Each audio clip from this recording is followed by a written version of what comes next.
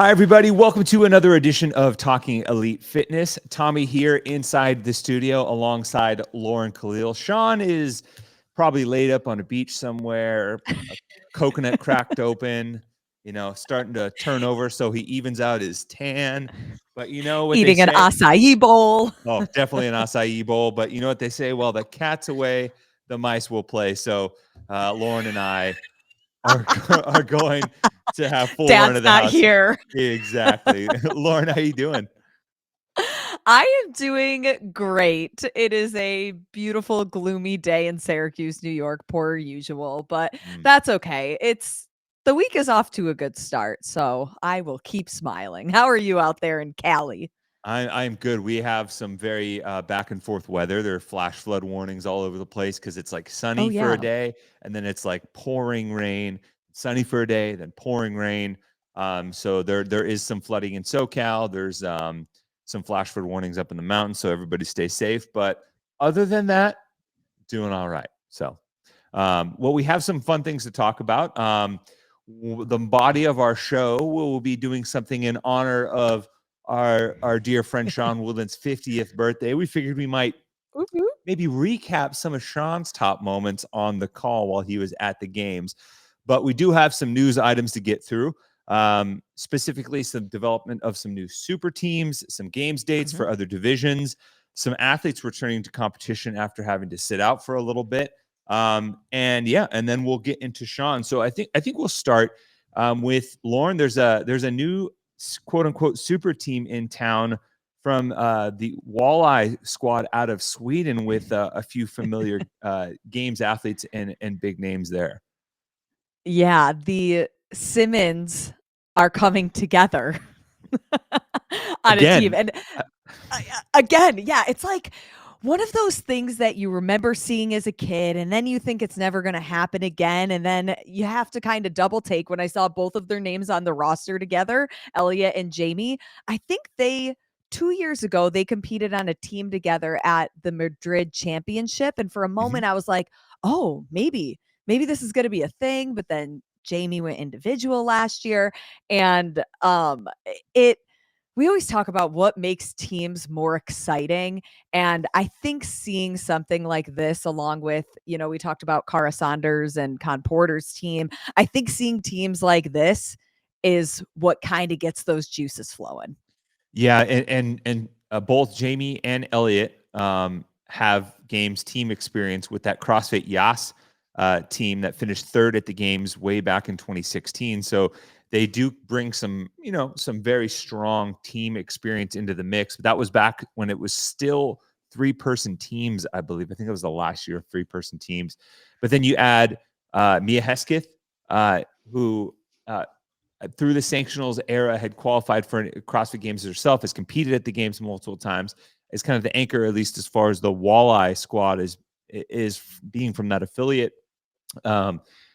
And then you have Christoph Horvath, who he is a perennial semifinals athlete.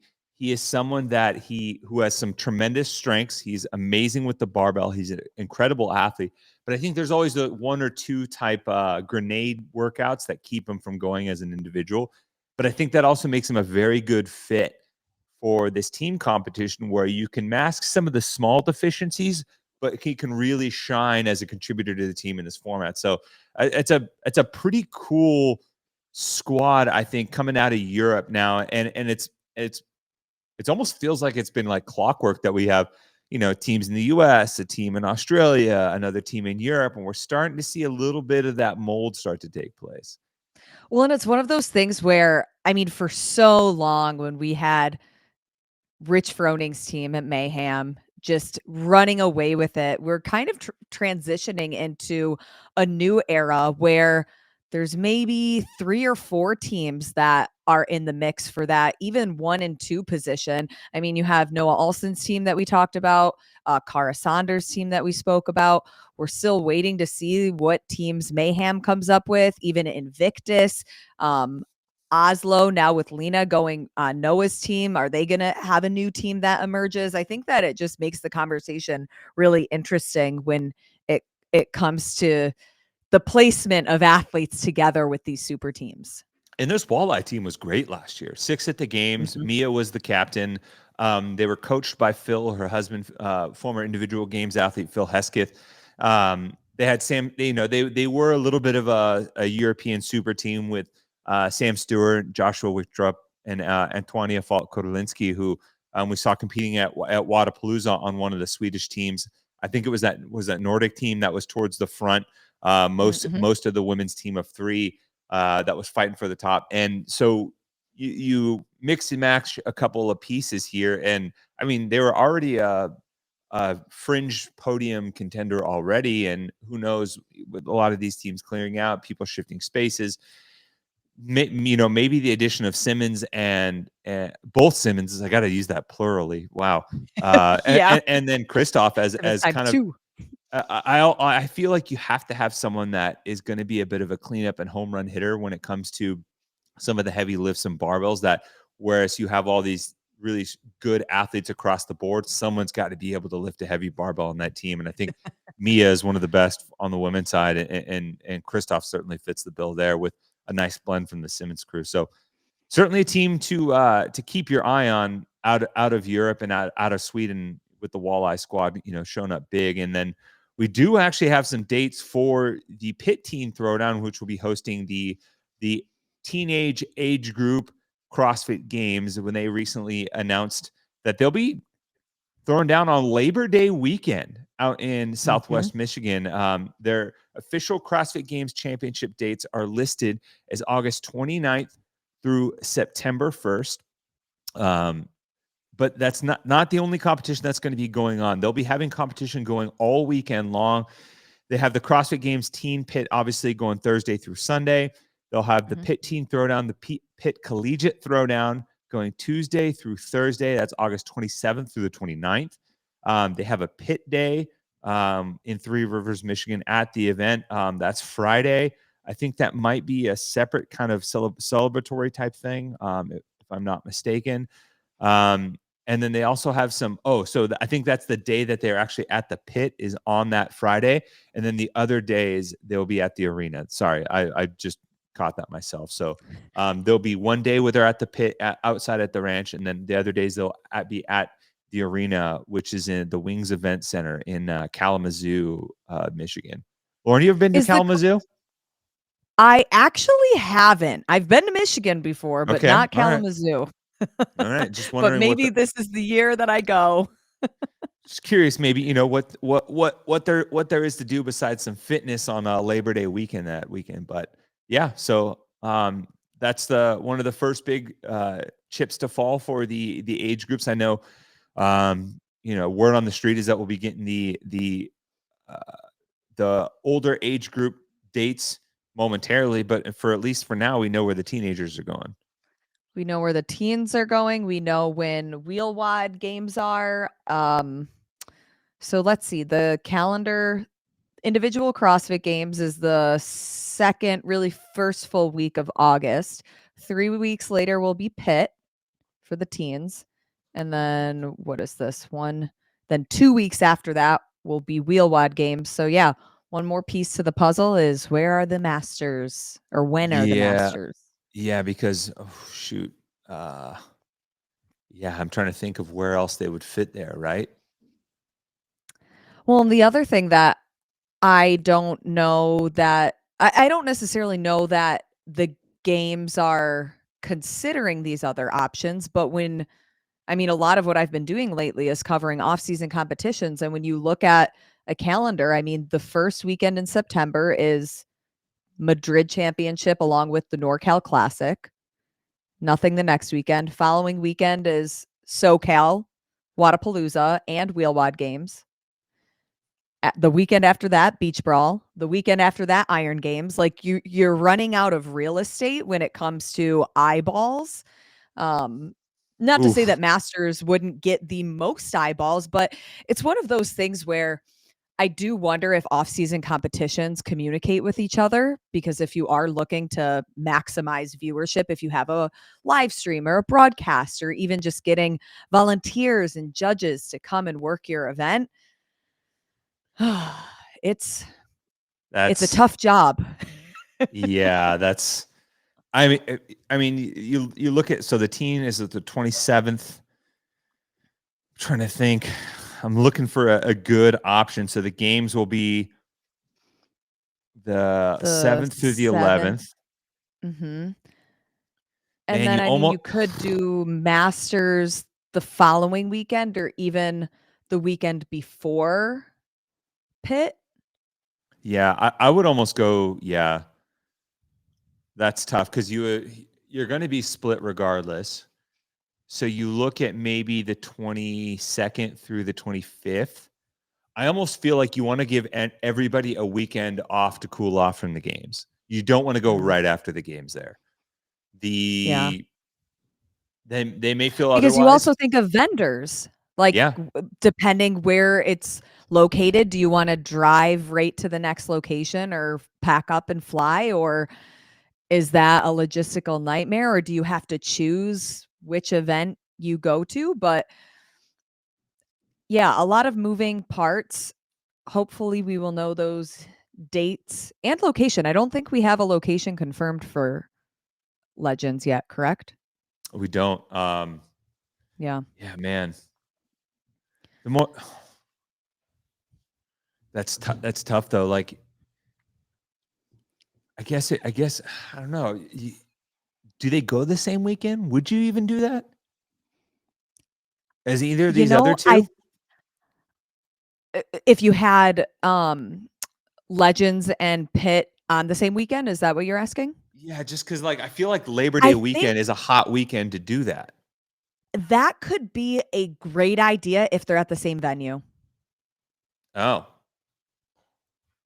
Leg Or, that so like you flip flop. because what if they're not? Then again, then you're thinking again, vendors have to decide whether they go and support Pitt, where you're probably getting a lot of parents to spend money, or you're going to Masters where you're getting a lot of the Masters athletes who have maybe a bigger Yeah, checkbook than your general pop because they've been working for most of their life. I yeah, just don't know how you make that decision, and then if you have to decide one or the other, does anybody really win? yeah. And again, you Well, need twice as well, you would still need twice as many volunteers and judges, I suppose, if you had it at the same venue, assuming that they're not competing on the same floor. But geography matters too. Like if yeah. it would they alternate, like, hey, the Pit hosts this year because they've already announced they're in Michigan, and then Legends gets to pick a Mhm. location the next year, so it moves. Or are they just going to be completely separate? We're going to pick the weekend we pick, and you got to I make a choice. wonder Because if you have this info, or I'm sure Barkley might have this info, or Chad Schrader, somebody who has a big database. How many Masters Games athletes also have children who would be competing in the teen games? yeah, I'd have to I look wonder at how that. big of a percentage that is. Yeah, I think that there's maybe a few, but yeah, just kind of depends. We'll have Yeah, to look. We'll have to look and see. But in the very least, we do have the Pit Team Games. Their CrossFit Games confirmed. details confirmed, dates, location. You know that figured out, and then we'll just have to wait and see for the Masters. Hopefully, I mean, just our luck, it's probably getting announced as we speak, and then once we hit publish, this will I they'll pop know. open. But I wouldn't be surprised. But and another bit of news, it's interesting. I've been sent this a couple times because the the lift got posted, and it came to my attention that he's coming off of a suspension. But a few people have sent me the clean. But Heinrich Ingi Oscarsson is coming off his Mhm. 4-year ban. Anyone who is like, who? Heinrich was another Icelandic athlete who is has been serving a 4-year ban for testing positive for Ostern and RAD 140. Uh, he initially tested at the just after the 2019 Reykjavik CrossFit Championships, which was a sanctional for the 2019 season. And at that time, he was just coming off of a 2-year ban for refusing to submit a sample at the Nike Iceland Throwdown, which was an off-season competition, obviously in Iceland. And for refusing the sample, he received a 2-year ban. So he got a 2-year ban, came back, competed. I think he finished second in Reykjavik. I was at that competition. I was covering it that weekend. And then he pops for another test and then is banned for another 4 years. So not necessarily to focus on him at all specifically, but there is a bigger conversation, I think, at hand around, oh, there's another batch of athletes that are coming back into the competition fold now that their return to eligibility is up. You can go back because some of these athletes are still on the CrossFit sanction list. Lefteris Theophanitis, who showed up in a big way on the Open. He was just behind Matt Fraser in the Open 1 year, competed at the 2019 games, competed at a couple of sanctionals, went to Dubai, seemed to always do better in online competition versus live competition, and then popped in the 2020 season. I want to say December 2019, which was right around Dubai going into the 2020 season. He did pop at the DCC. Janelle Stites, who was a member of a team that qualified, that is her sanction was over January 21st. Alana Fisk-Cologne will be done with her sanction of February 21st, based on the dates on the CrossFit website. She was a qualifier through the Open, I believe, in the 2020 season. Remember the top 20 in the Open worldwide that weren't national champions, I believe, got it. So she was a games qualifier that then provided a sample at Wodapalooza that year on a directed test, I believe, that contained a bunch of different stuff. So there's a handful of athletes coming back into the fray. This is obviously an ongoing conversation. It's something that as a community, we haven't really had to face a ton of. We did have obviously one high profile case in Ricky coming back, kind of earning his way back into the good graces of the community at large, getting back into competition and competing, and doing so in a really real and meaningful and impactful way. But yeah, there's more of it. I don't know if any of these athletes have plans to compete, but yeah, that's kind of where we're at. So for Heinrich, according to the barbell spin, they reached out to him and he did say he plans to compete this year. Also, are you familiar with Ellie Cabord? Ellie She Cabord. Competed with Ellie Cabord. Yep. She's also on the list for her band to be up this year, as well as Larissa Kuna, who hers was originally a 4-year, but it was reduced to a 2-year. Yeah, Laurie got dropped based on dropped 2 years based on tainted supplement. Yep. Yeah, she went through. I covered her story extensively when I worked with Morning Chalk Up, and just the process that you have to go through to have those supplements tested. And she just happened to be almost at the right place at the right time to provide CrossFit with her A and her B sample. And she was already at the CrossFit games when they notified her that she wouldn't be competing. So it is. I remember that. Oh yeah. When I was there, I met up with her in person, and just because of travel and everything. And I think there were still a lot of COVID restrictions. So she left Brazil, I believe, had to be in a hotel for 2 weeks before then she went to the CrossFit games. And that's where they notified her as she was going into athlete check-in. So I saw her right after she was notified, and she was just, and this is one of those, it's kind of burned in my brain a little bit, but I saw her just sitting alone on the floor of that hall where athletes check in, after she was notified. And you give them their space. Someone told me what had happened. Obviously, in that moment, you're like, man, that's awful, at least as far as timing. You want the due process to play out, but now she's back and has an opportunity to compete if she so chooses. Ellie, I believe, tested positive at Reykjavik as well, coming off because she was competing for Mayhem Independence at the time. She'd be a masters athlete at this point, I think. But yeah, she was a longtime member and part of that Mayhem squad out in Cookville. And she was a former regional athlete she actually competed at the very first live CrossFit event. I worked for CrossFit specifically at the 2011 Southeast Regional in Jacksonville. But yeah, so handful of athletes coming off of sanctions and potentially entering the fray. I wouldn't be surprised to see Heinrich competing. I would check in occasionally on social media for him, and he would post these things about how much he missed it or how much time is ticking, and was basically kind of like giving the inclination that he would want to compete again and that it was something that was important to him. But yeah, we'll have to see. But yeah, so now let's get to the real show. The fun stuff. The fun stuff. For Get those your of popcorn ready. For those of you who don't know and haven't been online, yesterday we're recording this on Tuesday, February 6th. Monday, February 5th was one Sean.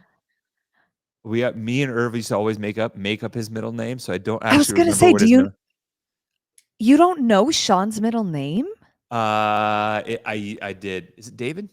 Maybe. I don't know. Oh, I don't know. I'm saying that as if I know the answer, but I don't. Like Irv and I incepted ourselves because we would always make up a name for Sean for his middle name just out of the blue. And now I did it so many times, it made me forget what his actual middle name is. But yes. Sean John. He looks like a Sean John. Sean John Woodland. No relation to the urban athletic attire. Sean John. Like it was I think Puffy's clothing label. Slightly different upbringings. It's okay. A little bit. Yep. But he turned 50. He's entering his second half century.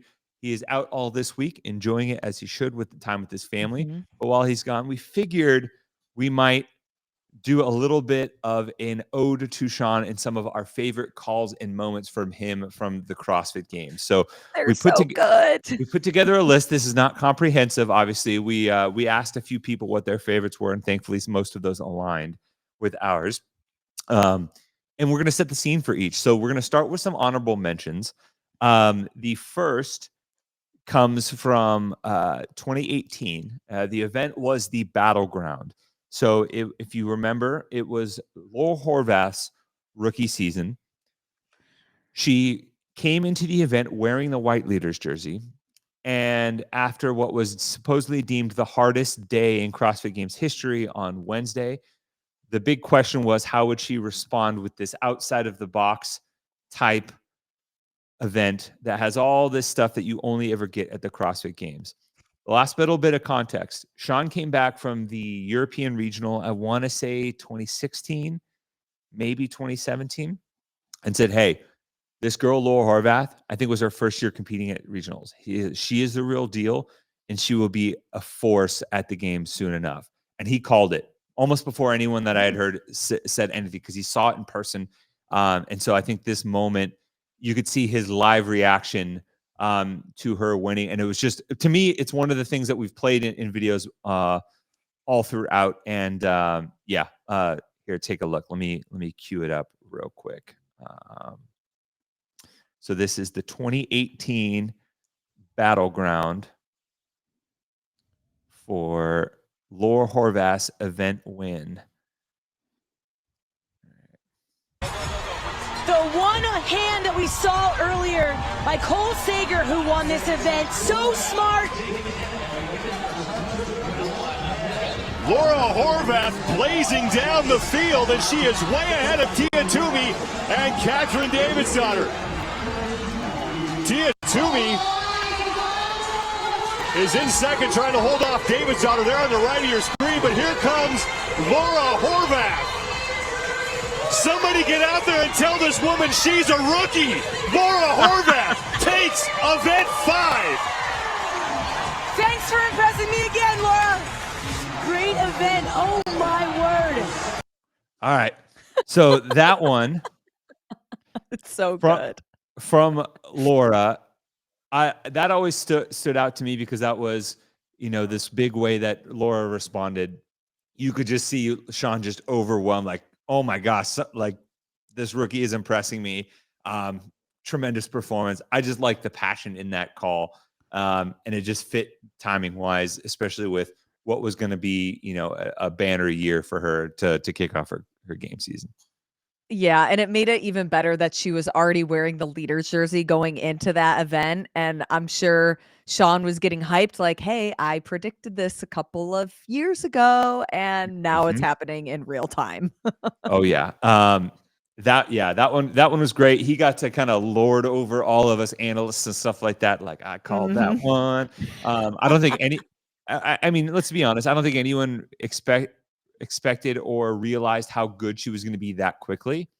Obviously her performance at the Europe semifinal that season was phenomenal, and I think gave clue to it. But to come out firing, wearing the white leader's jersey when we're almost in like prime Tia years was certainly impressive. And I think it's fitting now that she is the reigning fittest woman on earth. So a pretty cool, good little tee up. Pretty cool one. So this next one comes from 2013. We're gonna go way back, way back to the 2013 legless event. And we if you listen to this podcast, you listen to Chase, you listen to anyone who has been around the sport a long time, you hear us harp about those magical moments in the StubHub Center. And sometimes those moments came before the biggest, brightest moment. And I want to set the stage here because the legless event showed up. First time legless rope climbs come. The way the layout was awesome, where athletes just progressed through the floor, didn't have to run back and forth. There was just all these ropes dangling. Josh Bridges fighting his way back into the top heat. Everyone expected a big year from him. He wasn't able to compete in 2012. 2011, he makes it to the podium. 2012, blows out his knee, also had his duties as a military man, and came back to the games, was working his way back towards the top heat. This workout came out, and I think everybody got excited for what was to come from him.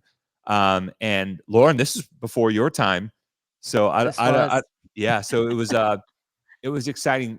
Josh was in a race, and it was all eyes on him to see if he could set up a time that would ultimately maybe stand in the way of Rich, who was also trying to maintain and build a lead as he kind of reeled in Jason Kalipa. So this is the 2013 legless event. This is men's heat 3.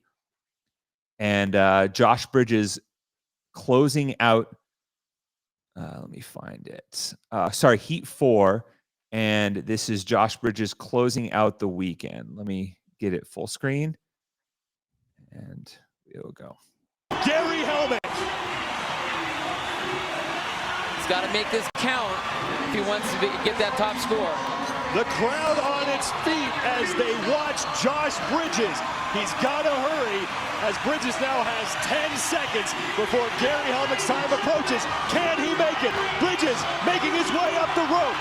5 seconds before the time to beat hits. Bridges wins the touch. He needs to hurry. We're going to go to the chip, but it looks like Bridges beat it, and he did. 6:07.3. Josh Bridges is your new leader. You know what? That right there is confidence and experience. He knew exactly how long he needed to get up that rope, how long he needed to rest to make sure he had enough energy, and you know what? Get down the rope and run across it. There was no hesitation. That was perfect. Josh Bridges needs a win, and now he will have to wait for the final heat. But he put himself in great position with that effort there.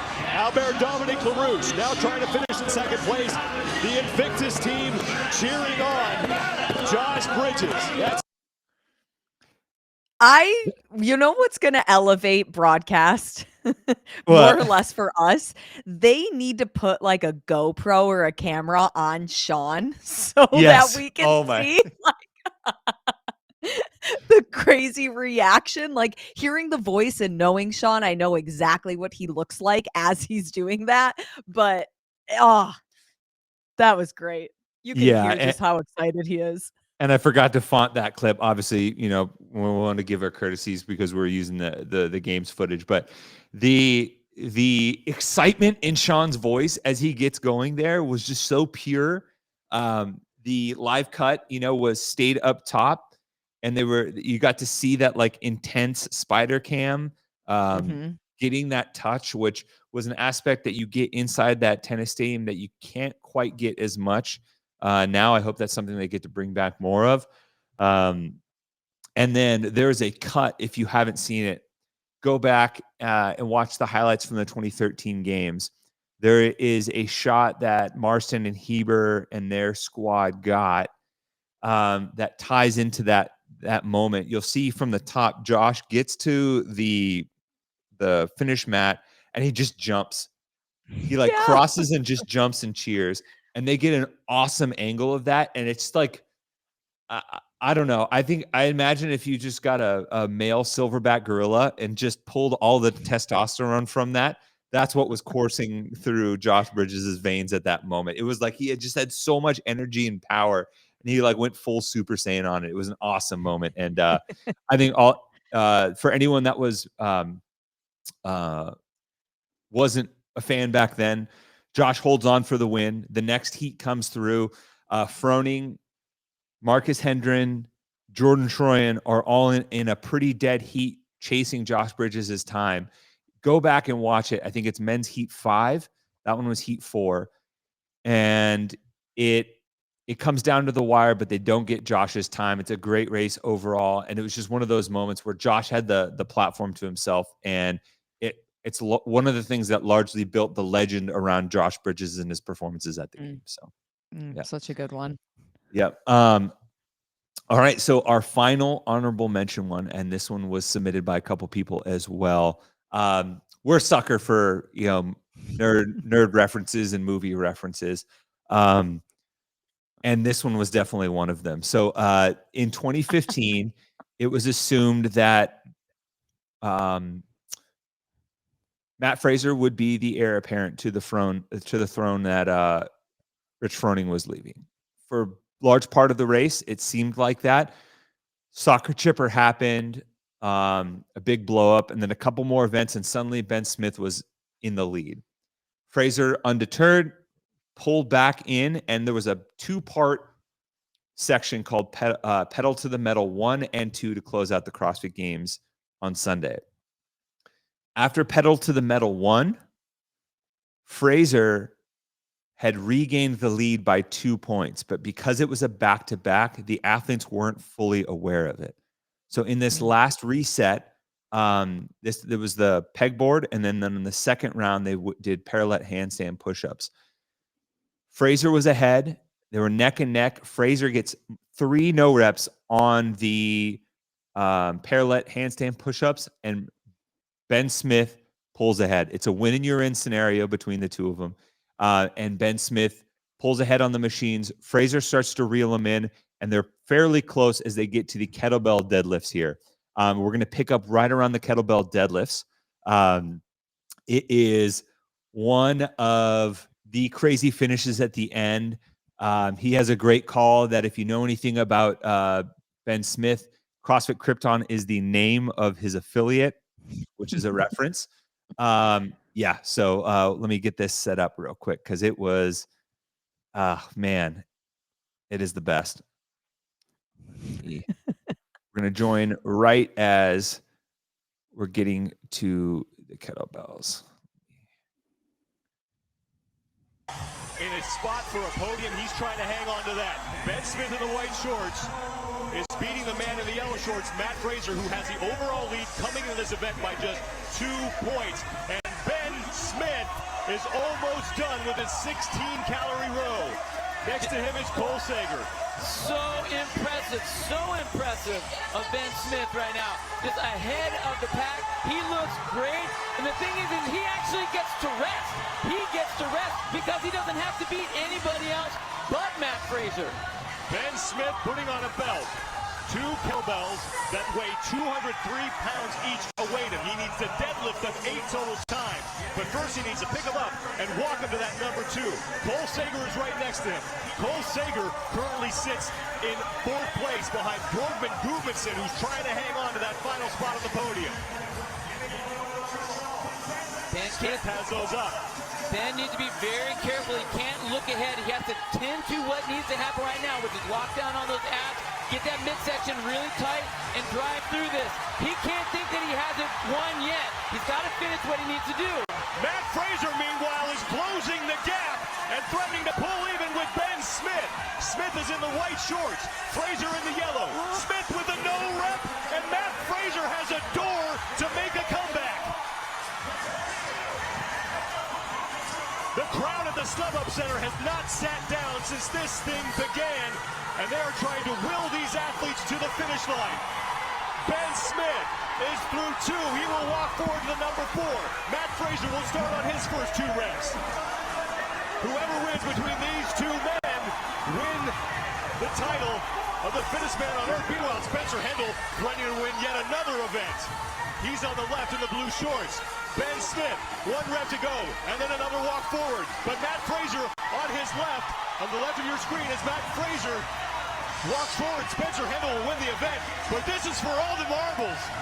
Ben Smith is done. 2 more to go. But Matt Fraser is trying to keep pace.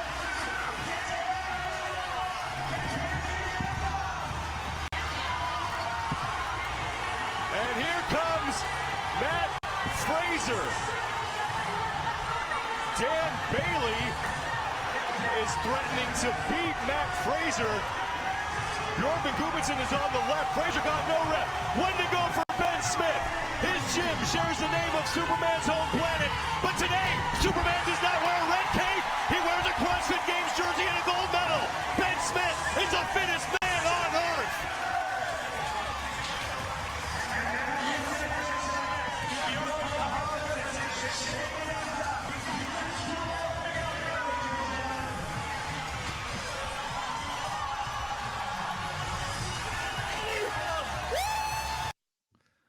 How happy do you think Sean was when he could make a reference to a superhero? Oh man, today Superman doesn't wear a red cape.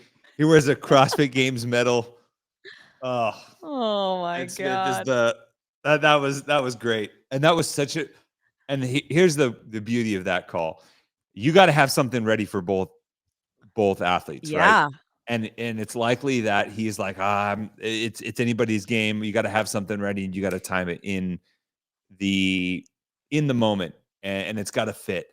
And up until that point, with how people were failing those things, you're going to have to put yourself out there with the call at some point, and he did.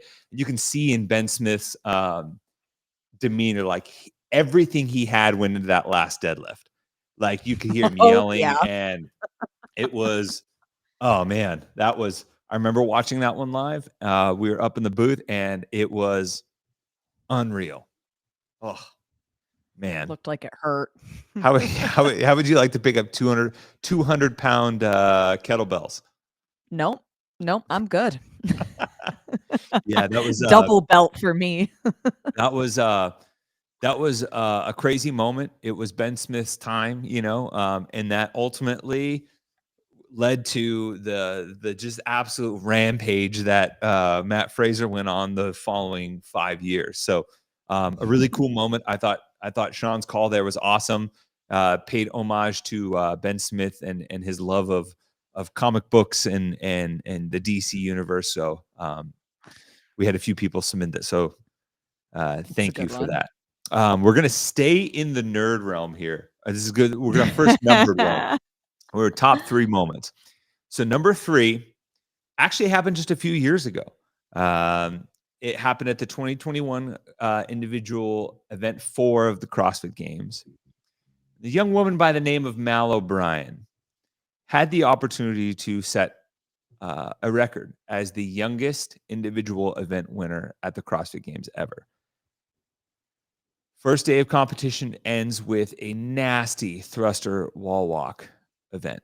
Maybe it was second day of competition, but either way, it was the first event inside the arena, and it was one of my favorite calls just because I know how much Sean loves Star Wars, and I know how much that character means to him, and it was just perfect.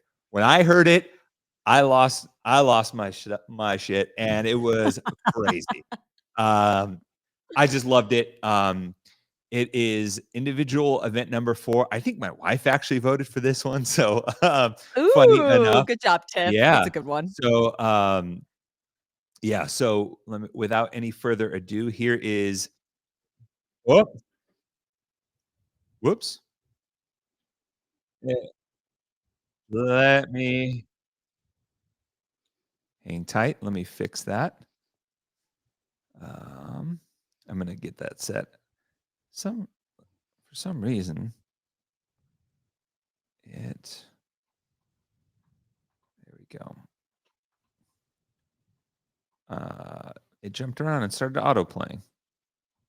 All right. Now we can do it. My apologies to anyone listening. And here we go.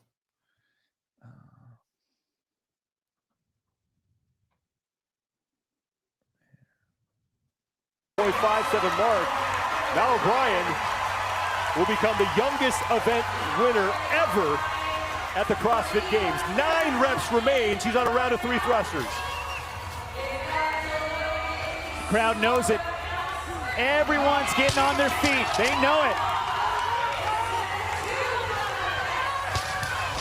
Mal O'Brien took a look at where Tia Toomey was. And she is right back to work. Set of 2 here for O'Brien. About a minute and a half, less than a minute and a half before we hit Emma Carey's top time.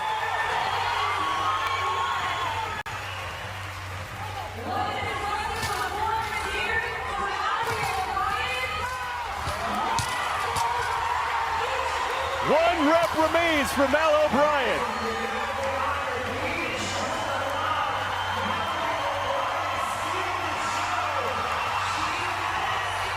And as Han Solo once said, "You're all clear, kid. Let's blow this thing and go home."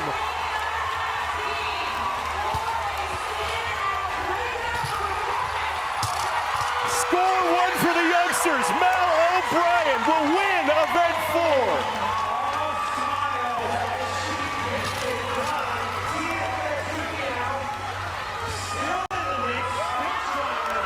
Oof.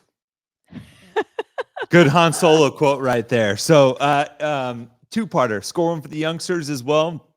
The theme of that year was these young athletes breaking through to the games. All-time quote from Han Solo, Star Wars. It was all of our worlds converging on one another. And Mal O'Brien, that was like this moment where everyone was like, oh yeah, these kids are for real. You could have gone with it, like, you know, the kids are all right or anything like that, but you know what? You're all clear, kid. Let's blow this joint and go home. You know, that was just awesome because it was the end of the day too. Maybe that's just me nerding out a little bit, but I loved that one. It was a fun, lighthearted one, and I thought it did justice to the moment of her setting that record. Well, yeah, and I think that was the moment that if you didn't know that Mal O'Brien was legit and she was going to be a force to be reckoned with, I think her dominance in that event really solidified it. And Sean using a what would you call that? A Marvel reference? Star Wars. Did you do that on purpose? Star Wars. You did that on purpose. You'll never know. Oh my God. He can't even be here to be mad at you. I know. He would definitely kick me out of the episode right now if he was hearing my gosh. that. That's fantastic. Well, that was number 3. Number 2 comes courtesy of the 2016 games. This easily could have been number 1. I think when you think about Sean's like iconic calls, there's a bunch of other ones that we left off the list, but these 2 definitely stand up. I think Sean's call from 2019 where Matt retakes the lead and says, "Give me back my jersey." That one just hits, but the moment isn't quite the same as these 2. if you've been around long enough, you know exactly where this was. This is when everyone realized that Marston Sawyers could actually run pretty fast with a camera. This moment is the 2016 suicide sprint. So, as part of the final day of competition, there was a 3-part test that came out, 3 50-point events in a row. All 4 heats would run through 1, all 4 heats would run through 2, all 4 heats would run through 3. There was a handstand walk, then there was a suicide sprint, and then there was a plow pole, which was an implement that very much like a dragging wheelbarrow that Rogue created for this year's event. Coming in, Fraser, obviously we saw what happened when Ben Smith beat him in 2015. One of the things that kind of did Fraser in that year was his sprinting ability. They had 2 back-to-back sprint events with obstacles that he suffered really bad on performance-wise. You come up to this one and you think, okay, maybe this is an opportunity for Ben Smith to close some gap on him, even though Matt has a healthy lead and it looks like he's going to go. But this right here was the nail in the coffin for sure. So the 2016 suicide sprint, fantastic. Let me start sharing. I think he's excited about being down here on the grass. Played goalie at California Berkeley.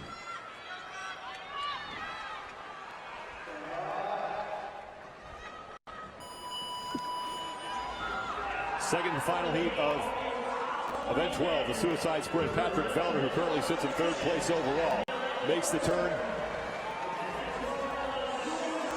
And Scott Panchik and Marcus Philly out front, along with Noah Olson.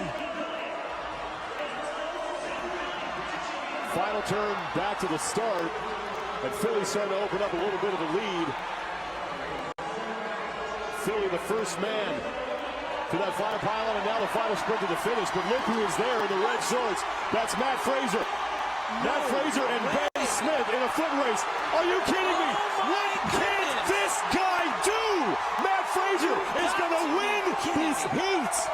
You've got to be kidding me. Matt Fraser did not do that last year in the sprints. He did not do that last year in the sprints. Again, this should have been an event that he was in the middle of the pack, not at the front of the pack. Matt Fraser will finish 2nd in the event and pick up another 47 points.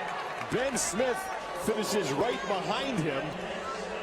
So Fraser picks up another 3 on Ben Smith. Ooh. What I loved about that was how cool, calm, and collected Sean's voice was until it just like totally ramped up when he realized Matt was going to win.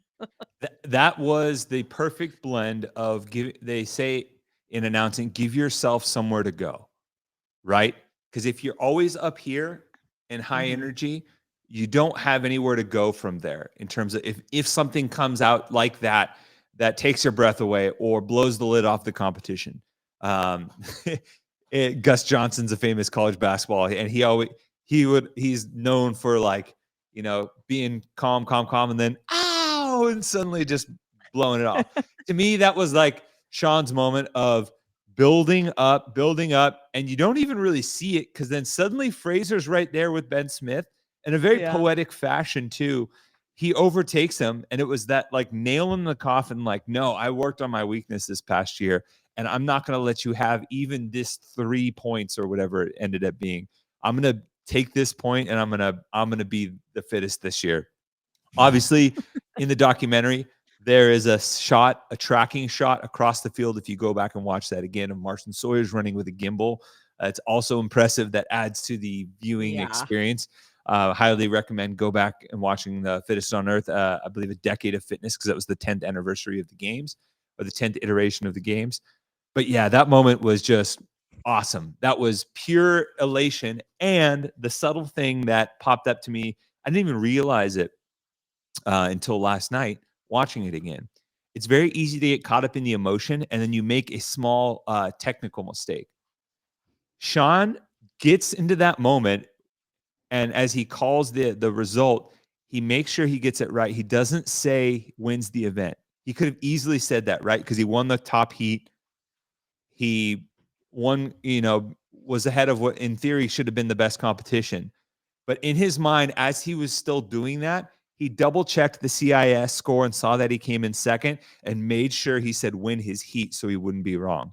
So he wouldn't botch the live, not botch, but you could take that live call in full for anything that we would do after. That's the subtle professionalism that you don't get to see. Because anyone would easily say, and wins the event, and that would be wrong. That's why Sean's the best. He is. It's impressive. It certainly is impressive. And another thing that was impressive was this number one call. And I went back and forth a little bit on this, and we talked about it too. But there's footage exists of this call from the booth. I got to see part of it develop in person. In my opinion, at the time, this performance on the floor was kind of everything, right? We didn't know what was going to come in the future. At this time, the Froning era was everything that the sport was about, right? He was the Michael Jordan of the sport at the time, and he just was paving this way, and this was his swan song. You couldn't have written a better storybook ending in terms of how the competition played out. He has a big dip on the 333, has to walk, has to battle his way back up through the competition. You have this young and up-and-comer, Matt Fraser, leading the competition for parts of it. Rich takes the overall lead after push-pull, an iconic event, Saturday night, enters Sunday with a narrow margin, just a few points over Fraser. For each of the first two tests, Rich wins, but Fraser finishes second, so he doesn't concede a ton of points. Few placings is all that separates them before this finale of Double Grace. We had found out before that Rich was retiring. His wife, Hillary, and him had adopted a baby girl, their daughter Lakeland. All of it had kind of come together in this beautiful moment, and this was his way of signing off. And Sean, always the entertainer, found a beautiful call to kind of end Rich's individual career. So we're going to share 2014 Double Grace, Rich Froning's individual swan song. So let me find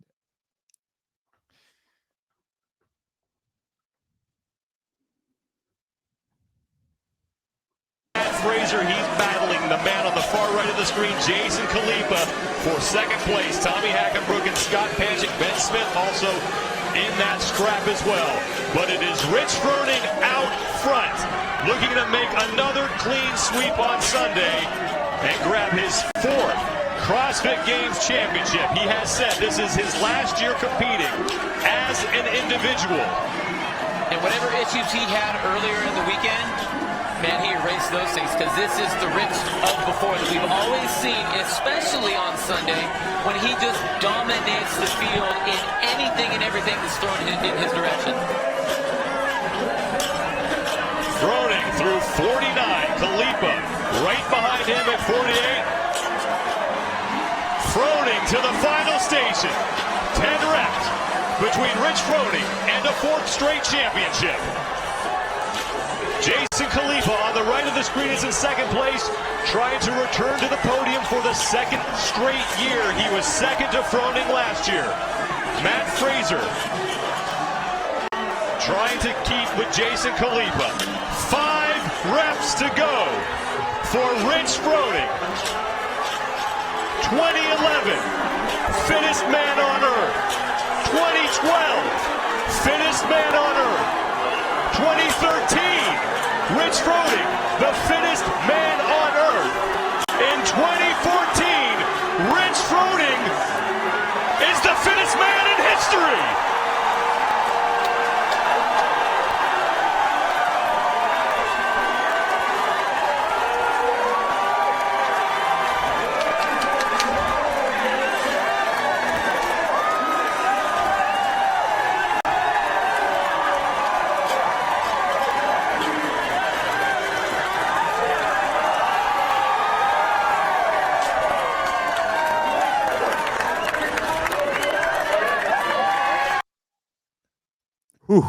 I mean, the thought that went into timing that out that way, holy cow. And it just worked out perfectly, right? Because it was a movement and a workout that we were familiar with, and the way it proceeded was so clear that you knew that there was an opportunity for that, and for him to think of that and deliver that on time, even with the last rep, Rich dropping behind him, which you can't do anymore. It felt honestly, it felt like everything. I got chills watching it happen in the booth. It was unreal to watch it live. You could see someone in his element. It was the biggest moment our sport had ever seen. The call matched the moment, and equally impressive. They call it a layout. Is him just not touching it afterwards. He has this epic call to set Rich up, and then just let it be. Right? You let it breathe. You don't say anything. You let it, you lay out and you let the moment be. And I thought, him and Bill did a great job letting that moment breathe. It was such a cool moment. We got shots of him and his family and his whole crew right there with the legend shirt, which was awesome. It just felt like it was like a watershed moment in the sport. And then little did we know it was the setup for 2 more all-time great runs to follow off behind it. So it was an amazing call. To me, that was like the best. That has to be number 1. Yeah. Yeah, for sure. And it was really fun kind of going through all of these. I don't know. See, I know some of this was before your time, Lauren. Did it stir up anything? Did you learn anything? Did it kick up anything that you weren't aware of watching, even seeing how this, like the broadcast and everything used to be back in the day? Yeah, no, coming from like a broadcast background, one of the first things that I did when I got interested in CrossFit was I would go back and watch old games footage, games tapes, whatever you would call it. But it is cool to see the evolution of it, and just it kind of has that gritty rawness when you see the StubHub Center versus like seeing it in the Coliseum in Madison. And Madison's a little bit more shiny, I would say. But the StubHub seems to, like, you feel more in it, if that makes sense. Totally. Absolutely. And I don't know specifically what to point to with that. And it just makes me excited and curious to see now how Fort Worth is going to feel. For sure. And there were things like, there wasn't as much floor signage, the lane markers, a lot of these little details that have enhanced the viewership experience were in development back then. And in some weird ways, it almost kind of kept your eyes focused on the athletes, I think. I don't think now the way it is now takes away from that, because we've had some amazing moments. And there were moments like the 2019 clean event or the 2021 snatch event where I went back and watched, and like Sean's call's good there, but those are epic because of just what happened. And I don't know if like there's moments where like the call and the moment meet in the middle at like a perfect harmony. I think these were better. Also, fun fact, because I know you brought it up and so did I. We got calls of it in the documentary, but Sean actually didn't call the 2017 Tia Cara race live. That was Brandon Domain. It was a different play-by-play. Like we used to split men's and women's duties back then. Interesting. Yeah. So shout out Brandon, who's an excellent play-by-play guy and a buddy of ours from back in the day. So, but yeah, that was awesome. It's cool to see that, like you said, take those walks down memory lane, see how the sport differed there. It's crazy. Like if you go back and watch that again, at some point during the final 10 reps, Castro walks out onto the floor and like taps a judge on the shoulder, like, "Hey, Rich is coming down the pipe. Like, make sure you're not in the way." I think it was Matt's judge. Just like those little things that like don't really happen as much now, because it's a little bit, the floor in the competition environment is a little bit more sterilized. But yeah, awesome moments. Those are our sneaky. Sean didn't know we were doing this. Our sneaky top Sean Woodland CrossFit Games calls, moments, whatever you want to call it, while he's away celebrating his birthday in Hawaii. So that's happy big 5-0, Sean. Yep, that's our Good little memory lane with you. That's our little tribute to him, because obviously we love him to death and he's the best, and we're grateful to be able to call him a friend and coworker. So, yep, Yeah. those are Sean's best calls. I don't think we got any community support this week. Remember, if you do have anything that you want us to highlight and hopefully help in fundraising, whatever it may be sure to hit us up both on our Talking Elite Fitness Instagram as well as our personal Instagrams. You can reach out there. Be sure to send anything that we can support and help out our community, because it's one of the things that we do best. PRs and no reps. No reps. Let's start with you, Lauren. Oh, my no rep is that I am now invested in the TV show This Is Us. Oh. And it's such a good show, but it's like at the end of the night when you just want to like lay down and relax and maybe like laugh, you're not really going to laugh when you watch this show. Not a lighthearted endeavor. No. So I would say give me your recommendations, but you and everybody who listens to us have given me a very long list of recommendations of TV shows to watch, and I have not done it. So maybe that's like I should just listen to you guys instead of watching This Is Us. You're going to no rep your tear ducts, because get ready. Yep. I'm going to no rep the 49ers victim mentality.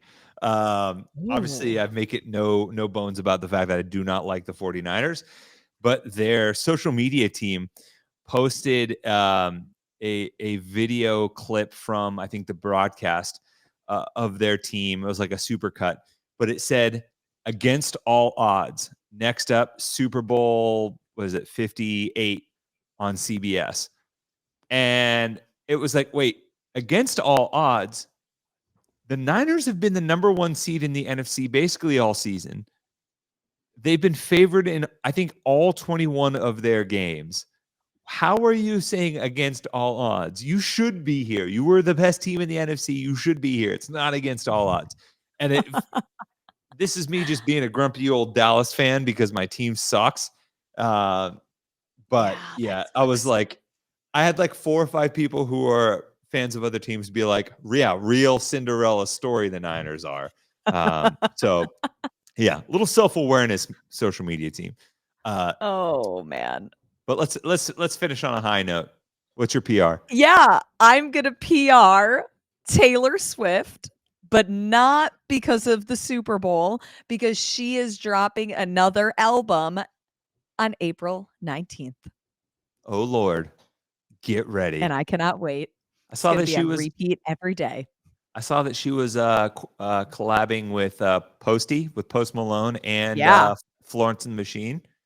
Oh, it's gonna be so good. Yeah. So get ready. If you're sick of Taylor Swift talk now, oh mama, strap in. Yep, get ready. My PR, I'm going to PR Vegas because because Vegas is hosting the Super Bowl this year, obviously. Not sure if you're aware, but Vegas is a town where people like to place wagers. And it was reported that this year's Super Bowl in Vegas is going to bring in or generate $20 billion worth of gambling. Oh my God. $20 billion. If you ever wondered why the Raiders moved to Vegas, why they got a new stadium, why the NFL allowed it to happen when they previously were heavily against sports gambling, what they still are, why they would send the Super Bowl, that is why. $20 billion. Damn. Crazy. A lot of coin. I mean, if you find a few mil that you just don't want to deal with, me and Lauren are here, so we will definitely take your money. Feel free to share. Yeah. So I saw that number today, thought it was crazy. Just goes to show NFL is king. All right. Well, any parting thoughts? No, I just hope that Sean had a great birthday in Hawaii. I think that you and I did a good job at not derailing things. We talked about more than food. Remember that one Q&A where we just like food and drink for an hour? And I know Sean, while he was in Hawaii, they did a birthday workout for him at the local affiliate there. So shout out That's so great. to CrossFit Poipu Kauai. If you want to give it a try, it is every 2 minutes for 5 rounds, 7 power cleans, 4 shoulder to overhead, 10 calories on the rower. Those numbers all have significance. And then at the 10-minute mark, cash out with 50 wall balls. So little 50 burger right there at the end, just in honor of Sean Woodland. So beautifully written. Yes. Once again, happy birthday to Sean. Thank you to everyone for tuning in and listening to us as we recap our favorite moments from there. We'll be back later this week, hopefully with some more news on maybe where the Masters competition is going to be. If not, we got some good interviews coming down the pipe, catching up with Haley Adams. We're going to touch base with the PFAA about some of these athlete exemption rulings. And of course, always going to be hopefully catching up with some of these super teams that have recently announced, including that Mayhem Thunder from Down Under. So for Lauren Khalil, I'm Tommy Marquez. And for Sean Woodland on a beach, we'll leave with his tagline, take care of each other, be better, and we will talk to you guys next time.